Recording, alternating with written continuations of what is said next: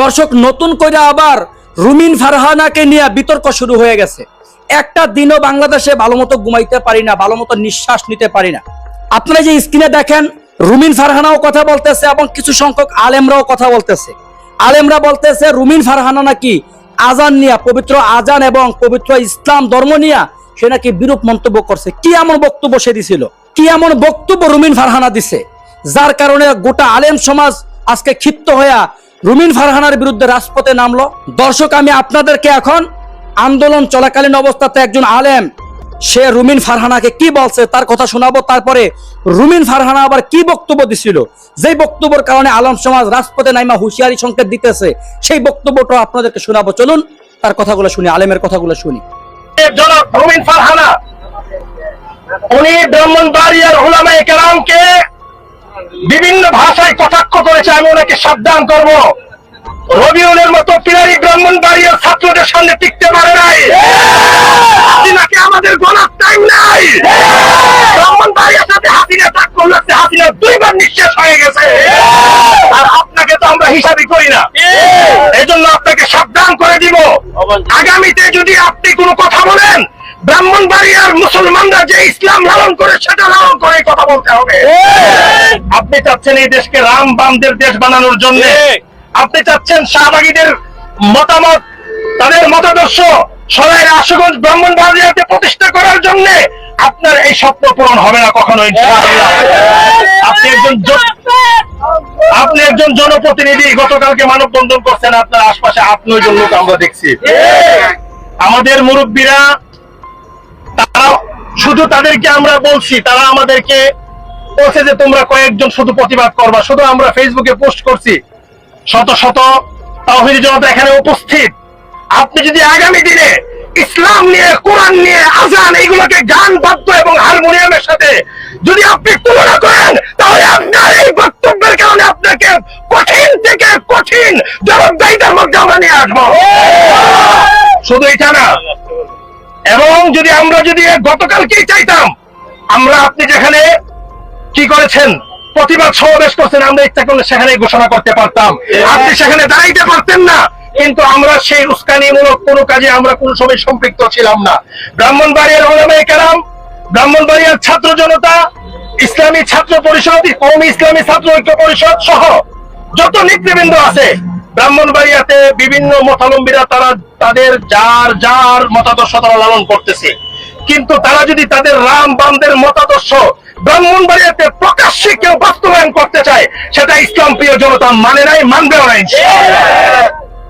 এবং পাশাপাশি আমরা ব্রাহ্মণবাড়িয়ার জামিয়াকে যারা কটূক্তি করেছে, আমরা তার তীব্র নিন্দা জানাই। ব্রাহ্মণবাড়িয়া জামিয়া নুসিয়া, এই ব্রাহ্মণবাড়িয়ার জামিয়া নুসিয়ার সন্তানরা দেশকে ভালোবাসে, এই মাটিকে ভালোবাসে। যেমন ভাবে আন্দোলন করেছে, মোদী বিরোধী আন্দোলনে জামিয়া নুসিয়া ছাত্র শাহাদাত বরণ করেছে, মোদী বিরোধী আন্দোলনে ব্রাহ্মণবাড়িয়ার 16 জন ছাত্র শাহাদাত বরণ করেছে। এটাই আমরা প্রমাণ করি আমরা দেশকে ভালোবাসি, কোন আধিপত্যবাদী শক্তিকে আমরা ভালোবাসি না। আপনি যে সমস্ত বক্তব্য দিচ্ছেন, আমাদের সন্দেহ হচ্ছে, আমার মনে হচ্ছে আপনি তৃতীয় কোন পক্ষ, তৃতীয় কোন শক্তির এজেন্ডা হয়ে ব্রাহ্মণবাড়িয়াতে আপনি দাঙ্গা লাগানোর চেষ্টা করছেন। আপনি যেভাবে আজান এবং কোরআন তেলাওয়াতকে গানের সাথে, হারমোনিয়ামের সাথে তুলনা করছেন, এই কথা বলার পরে আপনার মুসলমানিত্ব আছে কিনা এটার সন্দেহ আছে। এই জন্য আমরা আগামী দিনে আমাদের মুরব্বীরা যে শান্তি শৃঙ্খলার সাথে যে আন্দোলন ঘোষণা করবে, সেই আন্দোলনে আমরা অংশগ্রহণ করব এবং অপসংস্কৃতির নামে কোন ব্যবসা ব্যয়াপনা, কোন সংস্কৃতি ব্রাহ্মণবাড়িয়াতে আমরা উপস্থাপন হতে দিব না ইনশাআল্লাহ।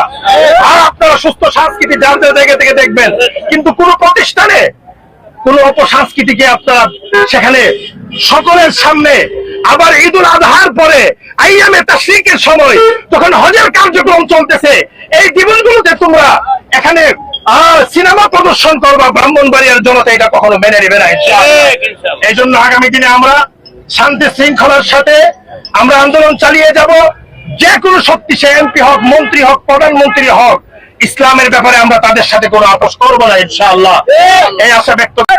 শিশুকে ধর্ষণ আর বলাৎকার থেকে রক্ষা করতে পারে না, যেই রাষ্ট্র 70 70 বছরের বৃদ্ধাকে ধর্ষণের হাত থেকে রক্ষা করতে পারে না, যেই রাষ্ট্রে প্রতিদিন 2 জনের উপরে মানুষ খুন হয়, যেই রাষ্ট্রে দুর্নীতি, দুঃশাসন, টাকা পাচার, ব্যাংক লুট, ঘুষ, কোন রকম কোন অন্যায় বন্ধ করতে পারে নাই, সেই রাষ্ট্র কেন সিনেমা বন্ধের মদত দেয়? যারা বাংলাদেশকে একটা মৌলবাদী রাষ্ট্র হিসেবে বিশ্বের কাছে পরিচিত করতে চায়, তারাই বাংলাদেশের এই সংস্কৃতির রাজধানী ব্রাহ্মণবাড়িয়াতে একটা সিনেমা, যেটা একেবারেই পরিবারের সকলকে নিয়ে দেখবার মতন একটি সিনেমা, বনলতা এক্সপ্রেস, তার প্রদর্শনী বন্ধ করে দিয়েছে। গতকালকে আমি এই সিনেমাটি দেখেছি। এই সিনেমাটি চমৎকার একটা সিনেমা, যেটা পরিবারের শিশু, কিশোর, বৃদ্ধ সকলেই একসঙ্গে বসে দেখতে পারে। সেই সিনেমাটি কেন বন্ধ করে দেয়া হলো? আমরা গত 2 বছরের অভিজ্ঞতা থেকে দেখেছি, একটার পর একটা মাজার ভাঙা হয়েছে, কবর থেকে তুলে নিয়ে লাশ পোড়ানো হয়েছে। আমরা দেখেছি দক্ষিণ পন্থা বা ডান পন্থা উগ্রবাদের উত্থান, কিন্তু আমার দেশের মাটি তো এমন ছিল না। এই দেশের মাটিতে আজানের ধ্বনি যেমন সুমধুর ধ্বনি আমরা শুনেছি, আমরা বাউল গানও শুনেছি। এই দেশের মাটিতে সকালবেলা যেমন কোরআন তেলাওয়াত শুনেছি, আবার বিকাল বেলা হারমোনিয়াম নিয়ে ছোট ছোট বাচ্চারা গান প্র্যাকটিস করেছে, সেটাও আমরা দেখেছি। তাহলে এই বাংলাদেশকে কারা এই বাংলাদেশকে মৌলবাদের ভূমি বানাতে চায়? এই প্রশ্ন আজকে